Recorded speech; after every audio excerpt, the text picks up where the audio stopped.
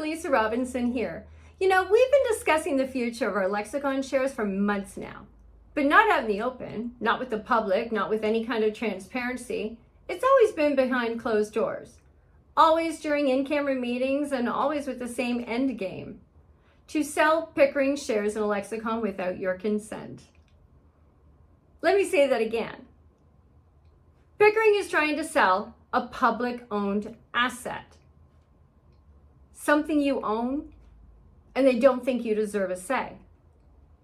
There'll be no town halls, no public notices, no open houses, no public vote. Just political theater and procedural games designed to move this forward as quietly as possible.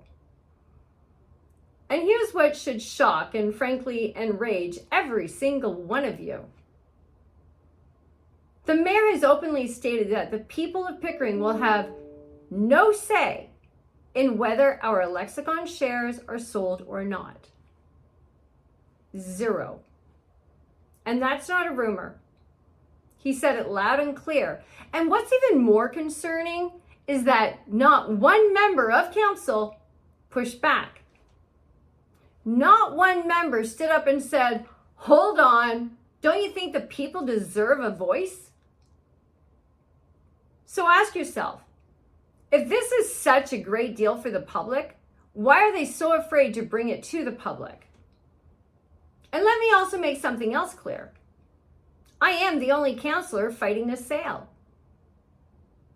I've raised my opposition at every single meeting. I've posted about it. I've demanded transparency. I'm trying to get referendums done. And for that, I've been targeted, silenced, and shut out. On June 23rd at 5 p.m., Council held an in-camera meeting on this very issue, a lexicon shares. I was not sent a link to attend that meeting, and I did not send my regrets. And no one, not the clerk, not the mayor, not a single councillor contacted me. That's a protocol. I've seen it followed many times, but not for me. And then, it didn't even stop there. The Friday prior to Monday's in-camera meeting, I received my usual sealed blued council pouch, which we do every Friday.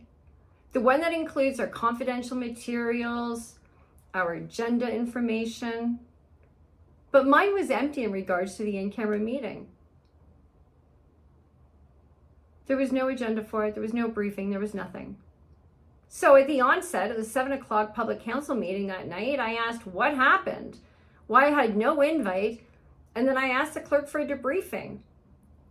Her response was like she didn't know, and that I could read about it in the minutes. That's not accountability, that's arrogance.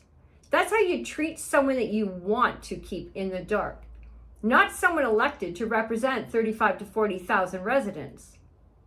Since then, I've asked repeatedly for a full briefing on what was said and done in that room. But again, I've been ignored even by the city solicitor. But I did, however, receive the minutes a couple of days ago of the meeting. But again, it's not a debriefing. Meanwhile, the push to sell off Pickering shares is moving forward. Full steam ahead.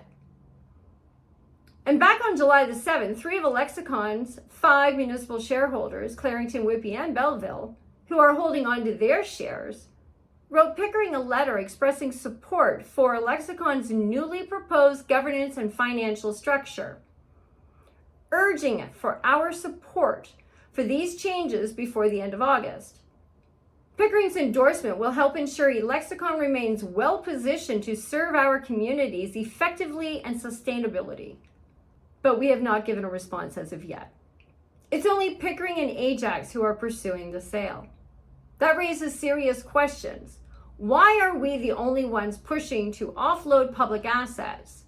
And why is council pretending that this is normal when our own partner municipalities don't even agree?